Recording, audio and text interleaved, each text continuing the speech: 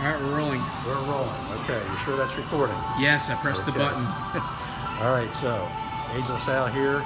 We're going to demonstrate another calf machine, or heel raise. All right, so what's this called? It's just basically a heel raise machine, except that this one works a little more of the soleus, which is the lower calf. Earlier we demonstrated heel raises on the Smith machine with a little platform underneath. That gets a little more of the upper calf. This is a little more soleus oriented. Right. So this one you sit at. So it's a little more stable. I don't have to wear a weight belt for this like I do with the other, because I'm not bouncing any weight on my shoulders. All right. But I still stretch on this one, okay? So when I'm gonna start out, I'll kind of lean into a stretch here, and I'll bend my heel, or bend my knee a little bit so that the lower calf is getting stretched, okay? All right. I'll push my heel to the floor, but a gentle stretch. I'm not bouncing, okay? Yeah. I'll come up to a straight knee stretch, come down, bend a little bit more. Just trying to increase the length of the muscle. That'll help build the power in it when I exercise. You don't want to go into a machine like this cold. Right. You never do. Yeah, you always want to warm up a little bit and stretch before you do any weight training routine, so that your muscles are limber and warm and reduces the risk of injury. Well, yeah, I was going to say, yeah. And that's true for any weight training thing. And you never want to bounce. Bouncing is bad, especially on things that are going to potentially hurt your Achilles tendon. So I've got, I guess, what do I got here? 90 plus 30, so I've got 120 pounds on there. I'll start with that. All right, 3 sets of how many reps? So I'll do 12 of this, All right. and then I'll keep adding on and increase the weight. So I'll bring this thing up to about, well, the most I've ever done is 4 of these 45-pound plates. So I assume each time you add, you're going to reduce a rep? So I'll do 10 reps of the highest weight that I can do. Right. That's what I try to do. So I'm going to do all of the reps here. We'll do the heavier one at the end so you can see it. All right. So you get yourself in here and pull this bar out. And I don't want to hold onto the bars. I don't want to pull up on this. I'm just going to rest my hands. I'll come up and down slow. 2, 3, 4. So the weight's gently bouncing up. 6. I'm not bouncing. 7. Well, not so 8, bouncing so much as 9. It's more of a lift. yeah. 10.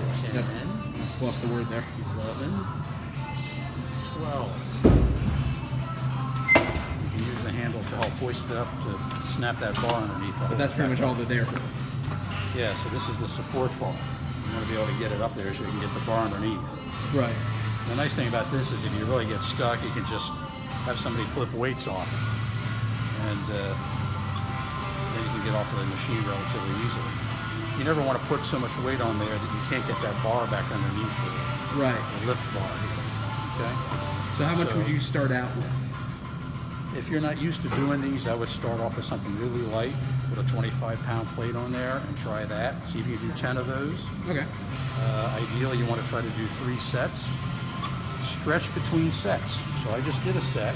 I'm going to go right back. Same stretch? I'm going to do the same stretches again.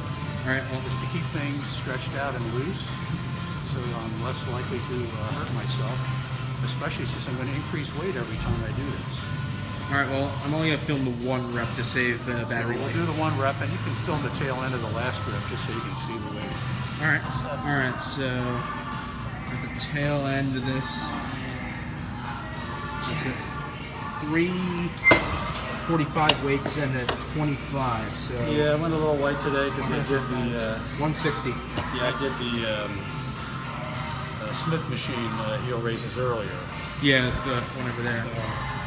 This is a little bit light for me. I usually do 4 of these, but if I do the other one too on the same day, I try not to do as. You try not to overdo it. Try not to overdo it. That's the whole point. Because odds are, if you do overkill both of those, you're gonna break something. Well, I did 300 plus pounds on that thing, and I don't want to put 4 of these on top of all that because my legs are starting to get a little tired.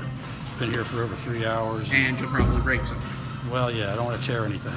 Yeah. So that's what I call it the soleus machine, but because it does work the lower calf. All right. Both of these are really good for jumping sports. I used to do a lot of this kind of stuff when I was an active volleyball player, and I still do them. So again, the point is, when you go up, come up nice and at a nice pace, and then go down slower. Don't bounce. This is the worst thing you can do a bounce on, because you're just going to rupture this Achilles tendon in no time flat if you do. If you don't do it the first time you do it, you'll start to get little micro-rotators in there, and eventually it'll give way. Yeah, that's what happened to you a while ago, wasn't it? I never tore my Achilles tendon. No, I think it's something else. I have injured my ankle, but not the Achilles tendon itself. Achilles tendon injuries are very difficult to recover. I was thinking of something else then. Yeah. Never mind. So that's it for heel raises. All right.